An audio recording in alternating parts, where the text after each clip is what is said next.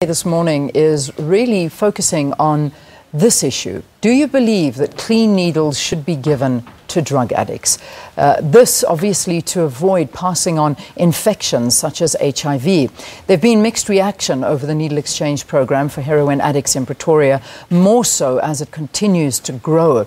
Advocacy group Harmless Project has been distributing syringes to avoid the multiple use of the same needle, which leads to HIV infections amongst others. Their research shows that 45% of drug addicts in the city are living with the disease. From our Pretoria studios, we're joined by Connie from Staden. He is the Human Rights and Advocacy Officer at Harmless Project. Connie, thank you very, very much for joining us. It's good to have you on Morning Live.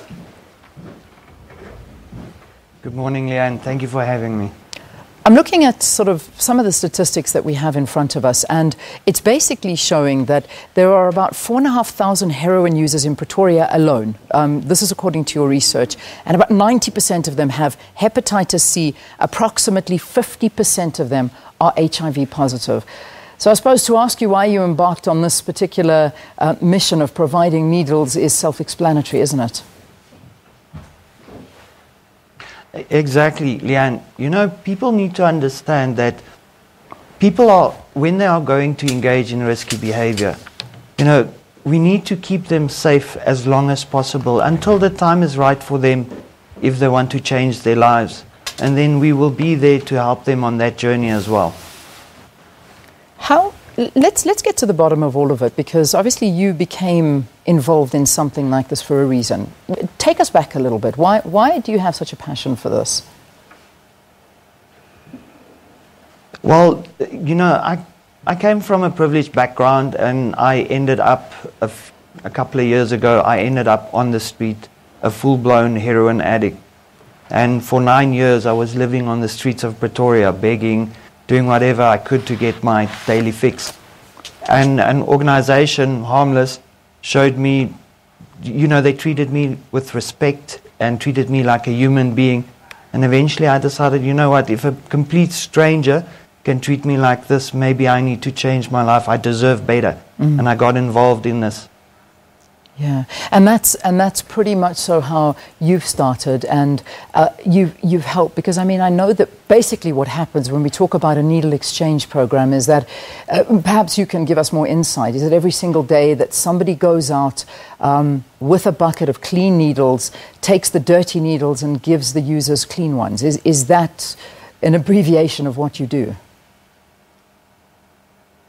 That's exactly it. You know, we have outreach workers, and they go out and they engage with people. You know, we meet the drug user where they are at. So we sit under bridges, on the street corners, on the pavement, and, you know, we engage with them and treat them like human beings. And, you know, we collect their old syringes. And if a person uses a clean, sterile syringe every day, it reduces the risk of getting infected with HIV and hepatitis C, which is the big one. We have over 90% prevalence rate in that. Yeah. You know, and us as a country, we're looking a health crisis in the face.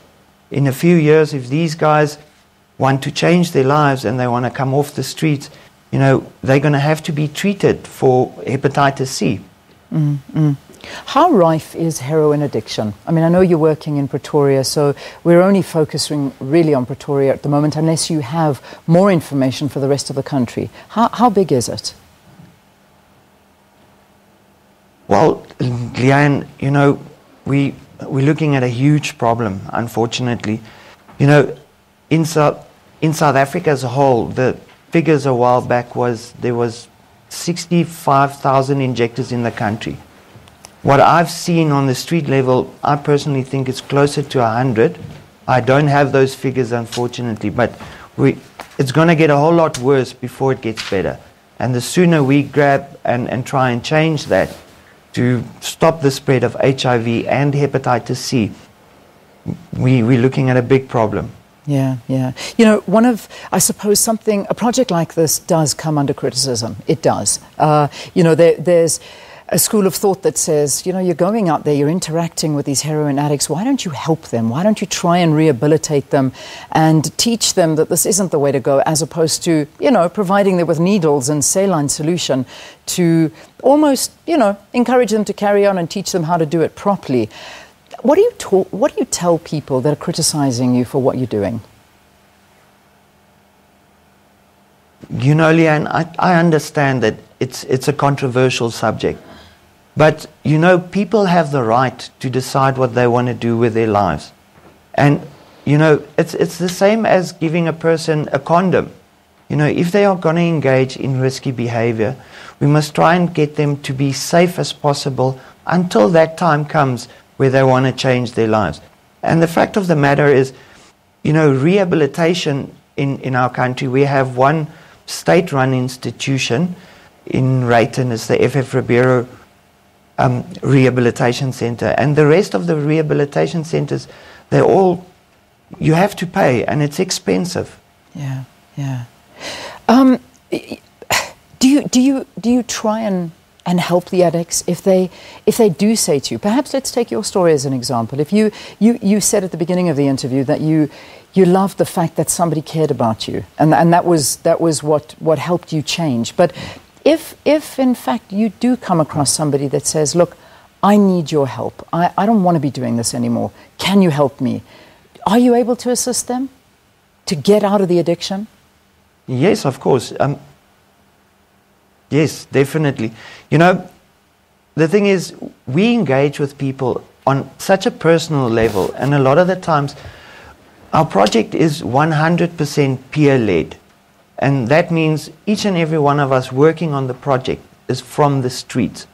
So immediately when we engage with them, they recognize and remember us from the days we were on the street. And when they do ask for either rehabilitation or any help or reducing their dosage and usage, we are there to help them in whatever way they need to. Yeah.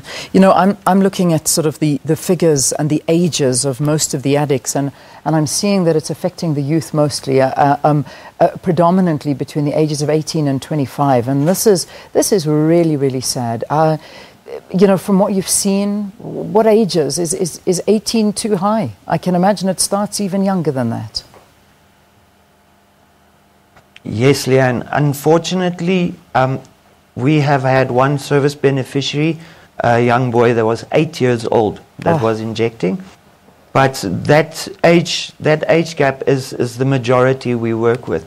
And, you know, Leanne, the sad thing is our country, we're looking at a big problem. You know, in a few years, when we need people to work, earn a living, pay taxes, and grow this country's infrastructure, that age group, they're all sleeping under bridges and are addicted to heroin. So, you know, in a few years, where are we going to get the workforce to help strengthen our country? Yeah. Connie, I have to ask you, because, you know, a lot of people talk about this whole issue of Bluetooth and using another person's needle with their blood in it to inject yourself.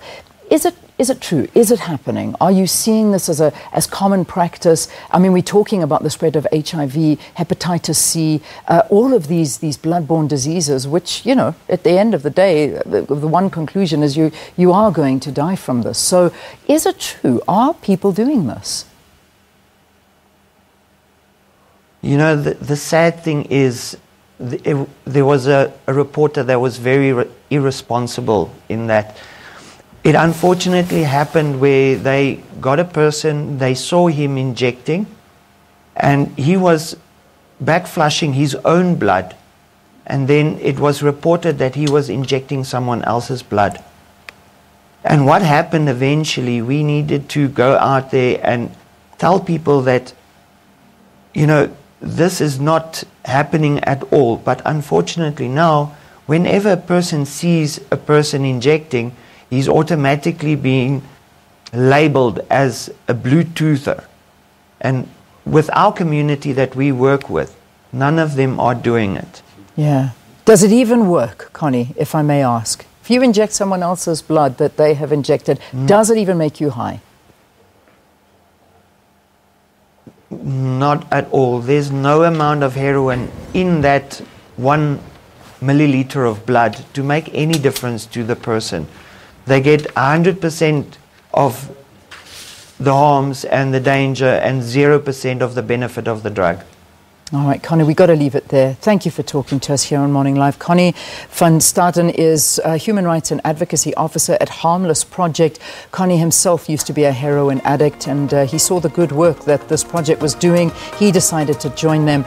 They distribute clean needles every single day to heroin addicts. They walk around with one of those, you know, one of those yellow buckets that have got the warning danger signs on. They put the dirty ones on and give a clean one out. So we've got lots of comments from you. We're going to read them shortly. Do stay tuned. Right now, however, we'll take a break. When we return,